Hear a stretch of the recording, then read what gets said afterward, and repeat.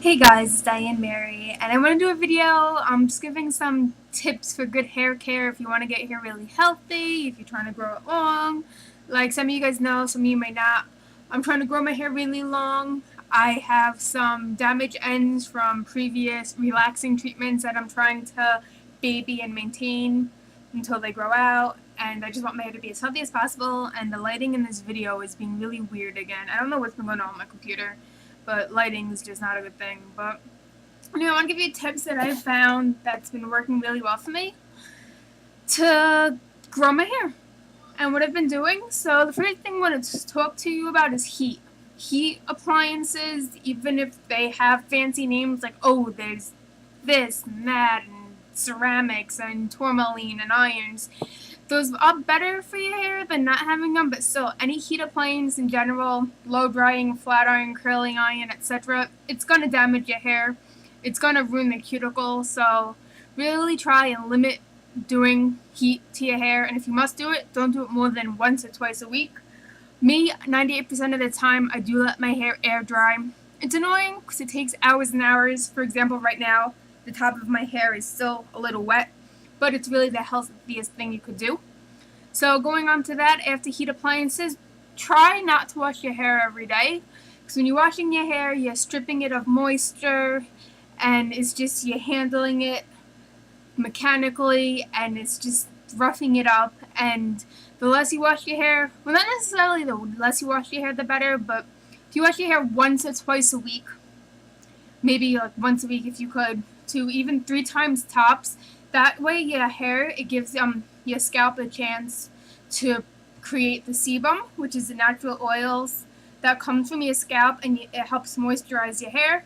And between washing, you could use a refresher spray. I like the When Replenishing Treatment Mist. I like the Ouidad Botanical Boost. You just use that in between to refresh your hair, and that's another good thing too. And also, healthy hair does come from within, so what you put in your mouth ultimately is going to go onto your scalp and through your hair. So supplements, you want to take a multivitamin. I've been taking Viviscal for 6 months now, almost 7. That's been making a difference with how my hair is growing, but also what you eat. I eat a mostly healthy diet. You want to eat whole foods, clean foods, foods that are unprocessed, and there are some foods that are really good to maintain hair's health. Protein is number one. Seafood, which I don't eat a lot of, but I do. I had lobster last night, so that's why I'm thinking of seafood.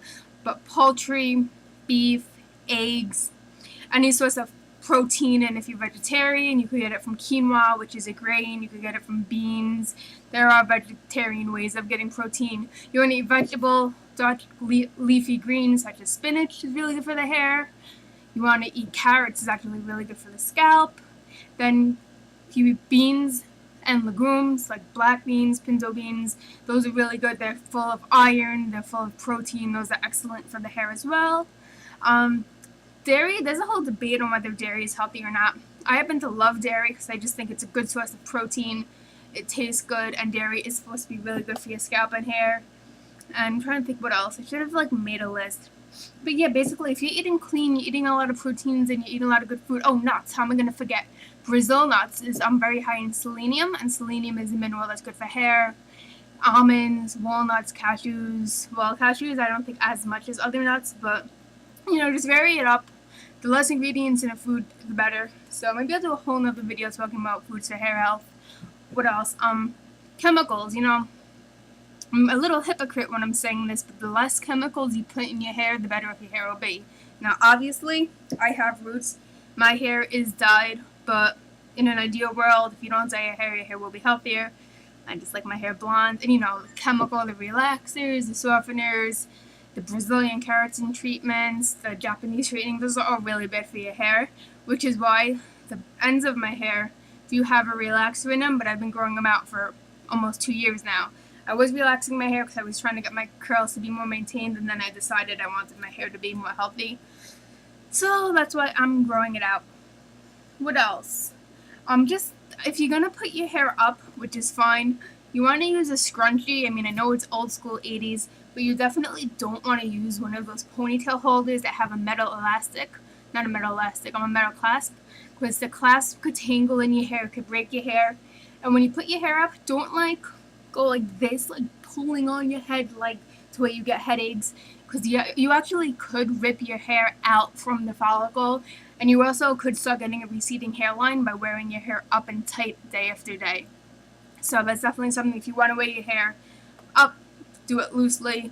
And also, protective styles is supposed to be really good. I'm not all too familiar with that myself, but like if you wear a bun or something where you're not touching and fussing with your hair all the time, that way you help maintain the ends. Because with growing hair out and keeping it healthy, yeah, you want your hair to grow from the roots as fast as possible, but if your ends get split and they get damaged, and you're gonna have to cut more off, and that's kind of like negating the whole growing and keeping it long and healthy process.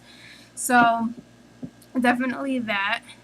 And also, deep conditioning treatments are important, especially if you do color your hair or anything. If you do use heat, at least once a week, you want to do a deep treatment full of butters and oils and moisturizers. And if you could do it with heat, that's the time to put a blow dryer, is when you have like a deep conditioner to help it penetrate to the cuticle. And also protein. You want to watch your protein moisturizer, your protein moisture balance in your hair. If your hair is really damaged, you do want protein, but it's important. I talk about this all the time, to mix it with the proper amount of moisture. If you just put protein on your hair, it's going to repair it, but it's going to make it stiff and brittle, and it can break off. So you want to use your protein. If you do a protein treatment, it's so essential to put a moisturizing treatment afterwards to replenish your hair and to give it back the nutrients and moisture that the protein kind of made it lose a little bit by repairing it.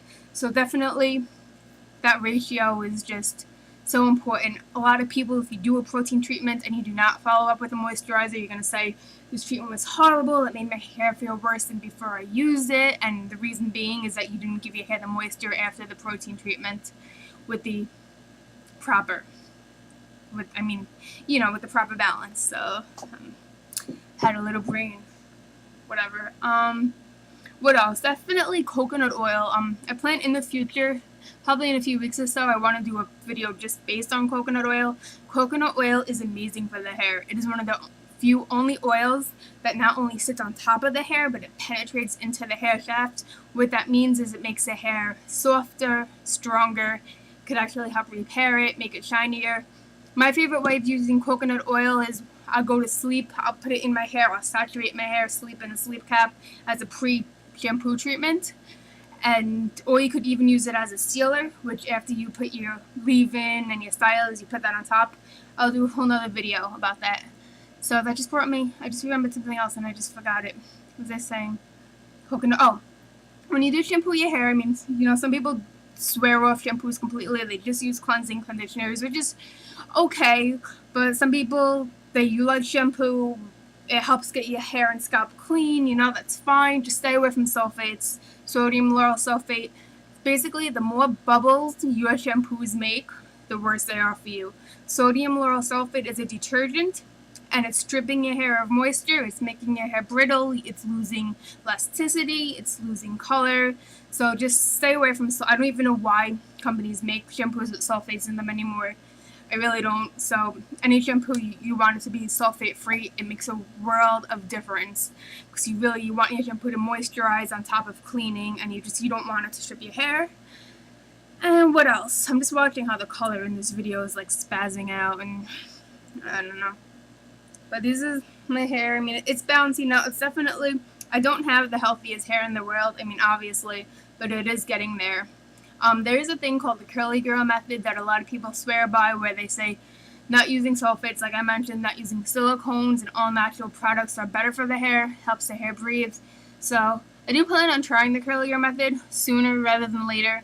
With silicones, what they say is it makes the hair smooth, but it could trap the hair and then your hair can't breathe. So that's something to drink a lot of water. Water is good for your health, it's good for your body, and of course it's really good for the hair. And I think that's all that I wanted to say for now.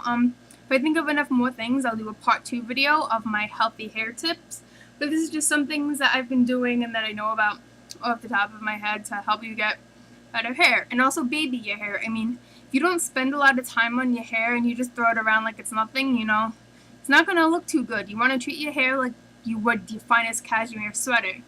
And I know a lot of people are like, oh, I don't want to spend a lot for my hair products, blah, blah, blah. But, you're spending like hundreds of dollars on shoes and handbags and coats that you wear once in a while. Like maybe cut back on that, and like your hair is like your number one accessory. You wear your hair every single day of your life. You don't go anywhere without your hair, so why wouldn't you wanna to look the best it would be? Why wouldn't you want to put great ingredients in it to make it as nice looking, as shiny, and as healthy as you could do? Alright, yeah. That's it for now. I'll see you guys next video. Thanks for watching. Bye-bye.